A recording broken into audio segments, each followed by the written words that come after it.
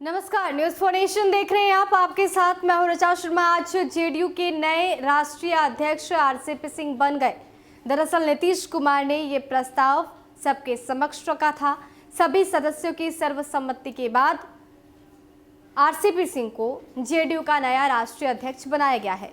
ऐसे में कई बातें सामने आ रही है। राजनीतिक जानकार मानते हैं कि नीतीश कुमार लवकुश समीकरण को छोड़ना नहीं चाहते और सबसे बड़ी वजह क्या रही होगी कि खुद नीतीश कुमार ने इस प्रस्ताव को पारित करवाया और प्रस्ताव सबके सामने रखा। आपको बताते हैं, आरसीपी सिंह को जेडीयू का नया राष्ट्रीय अध्यक्ष घोषित कर दिया गया, लेकिन ये सब जानते हैं कि बिहार में ज्यादातर सियासी फैसलों में जातीय समीकरण जरूर होता है। जाहिर है इस फैसले में भी जातीय समीकरण की झलक दिख रही है। बिहार के सियासी गलियारे में ये चर्चा तेज हो गई है कि नीतीश चाहकर भी लवकुश समीकरण को नहीं छोड़ पाए। दरअसल आरसीपी सिंह भी उसी लवकुश समीकरण की पौध हैं। वो नालंदा जिले के कुर्मी समाज से आने वाले नेता हैं, यानी लवकुश समीकरण से जुड़ी हुई जाति। नीतीश खुद भी कुर्मी समुदाय से हैं और सजातीय आरसीपी सिंह पर शुरू से ही उनका सबसे ज्यादा भरोसा रहा है। वहीं नीतीश लवकुश वोट बैंक यानी कि कुर्मी कोयरी वोट बैंक को अपना मानते हैं। माना जा रहा है कि आरसीपी सिंह को जेडीयू का राष्ट्रीय अध्यक्ष बनाने में इस समीकरण ने भी महत्वपूर्ण भूमिका निभाई। बिहार के मुख्यमंत्री नीतीश कुमार हमेशा चौंकाने वाले फैसले लेने के लिए जाने जाते हैं।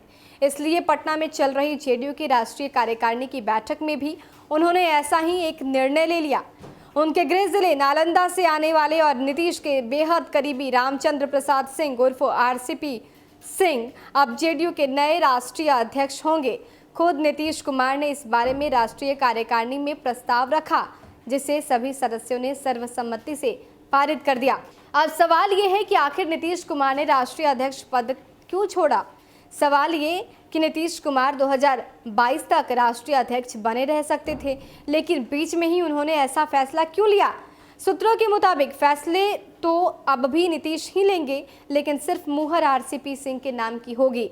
माना जा रहा है कि बिहार विधानसभा में सीटों के मामले में बीजेपी के बड़े भाई की भूमिका में आने से नीतीश असहज थे, लेकिन वो पार्टी के राष्ट्रीय अध्यक्ष भी हैं। ऐसे में अगर वो कोई कड़ा फैसला लेते तो उन पर बतौर मुख्यमंत्री और राष्ट्रीय अध्यक्ष होने के नाते गठबंधन धर्म की मर्यादा पर सवाल उठ सकता था।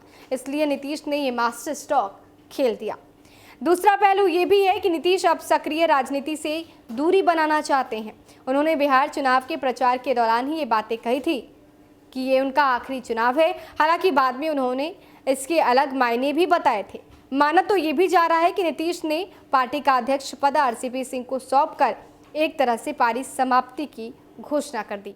तो राजनीतिक जानकार मानते हैं कि अगर नीतीश कुमार कोई फैसला लेते हैं तो उसके पीछे कोई ना कोई बड़ी वजह होती है।